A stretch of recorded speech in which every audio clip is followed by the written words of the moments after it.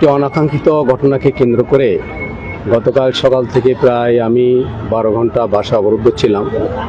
আমার বাসা কিছু শৃঙ্খল যুবক যারা ভাঙচুরও করেছে। আমার বাসার সামনে একটি মাদ্রাসা আছে, মাদ্রাসা তো শরিয়া, একটা মসজিদ আছে। এই মাদ্রাসা মসজিদ প্রতিষ্ঠার ক্ষেত্রে আমি অবদান রেখেছিলাম। মালিক কর্তৃপক্ষ সব কিছুই জানে। মাদ্রাসার বিভিন্নভাবে কালেকশন করে সহযোগিতা করা, মসজিদের এসি কিনে দেওয়া, সহযোগিতা করা, প্রতিষ্ঠা লগ্ন থেকে আমি ছিলাম। আমি সার্বিক সহযোগিতা করেছি, এলাকার সকল মানুষ সেটা জানে। কিন্তু গতকাল যখন আমি অবরুদ্ধ হয়ে গেছিলাম, যেহেতু আমি নির্বাচিত এমপি, আমি বাংলাদেশ জামাত ইসলামীর জেলা আমির, অসংখ্য মানুষ কিন্তু এখানে আসতে পারতো। আমার কাছে হাজার হাজার মোবাইল ছিল, ঋণ ছিল, কিন্তু আমি কাউকে এখানে আসার অনুমোদন দেয়নি।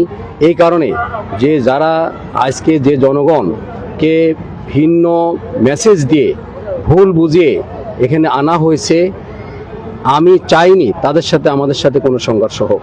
তারা আমাদেরই ভোটার, এদেশেরই জনগণ। আমি জনগণের বিপক্ষে কোনো ভূমিকা নিতে চাইনি। এই কারণে আমি নিজে ক্ষতিগ্রস্ত হলেও আমি ধৈর্য ধারণ করেছি এবং প্রশাসনের মাধ্যমে একটা সুরাহা হোক, আমি সেটাই চেয়েছি। এতে হয়তো অনেকে অনেক কিছু বলতে পারে যে আপনার এত বড় দল, 5 জন এমপি যশোরে, আপনারা কিছুই করলেন না কেন।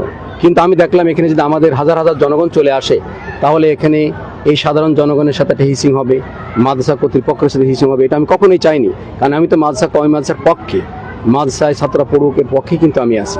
আর একটা বিষয় আমি বলতে চাই, গতকাল ঘটনায় আমাদের যশোরের মাননীয় মন্ত্রী অনিন্দ ইসলাম অমিত, তিনি আমার সাথে 2বার কথা বলেছিলেন। প্রশাসনকে দিয়ে এবং তার কর্মীদেরকে দিয়েও এই অনাকাঙ্ক্ষিত ঘটনা বা যে মব সৃষ্টি করা হয়েছিল, আমার বাসা ভাঙচুর করা হয়েছিল, তাদের নেতৃবৃন্দকে দিয়ে পরিবেশটা শান্ত করার তিনি চেষ্টা করেছেন। এজন্য আমি মাননীয় মন্ত্রীকেও ধন্যবাদ জানিয়েছি। সম্মানিত সাংবাদিক বন্ধুরা, সবাইকে ধন্যবাদ। আজকে মিটিংয়ে আমাদের মাননীয় জেলা প্রশাসক এবং মাননীয় পুলিশ সুপার, আমাদের জেলা পরিষদের প্রশাসক ছিলেন, বিএনপির জেলা সেক্রেটারি দিলার হোসেন খোকন ভাই, তারা যে প্রস্তাব দিয়েছেন আমরা সেটাই মেনে নিয়েছি। আমি সেখানে বলেছি যে আমার কোনো ভুল ত্রুটি থাকে তার জন্য আমি দুঃখিত এবং আমি মর্মাহত। আমার মেয়েটা সাইকিয়াট্রিক রোগী, সেও যদি কিছু ঘটনা ঘটাই থাকে তাহলে তার জন্য আমি মর্মাহত এবং দুঃখিত।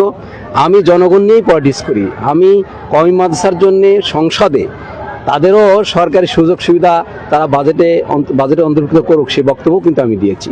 যাই হোক, এখানে যেটা ঘটনা ঘটছে, যে সালিশ হয়েছে বা যেটা মীমাংসা হয়েছে, আমি স্বতঃস্ফূর্তভাবে তাদের সেই মীমাংসাটাকে মেনে নিয়ে আমি সেখানে চলে আসছি। আমি তাদেরকে ধন্যবাদ জানাই। মামলার ব্যাপারে কোনো সিদ্ধান্ত?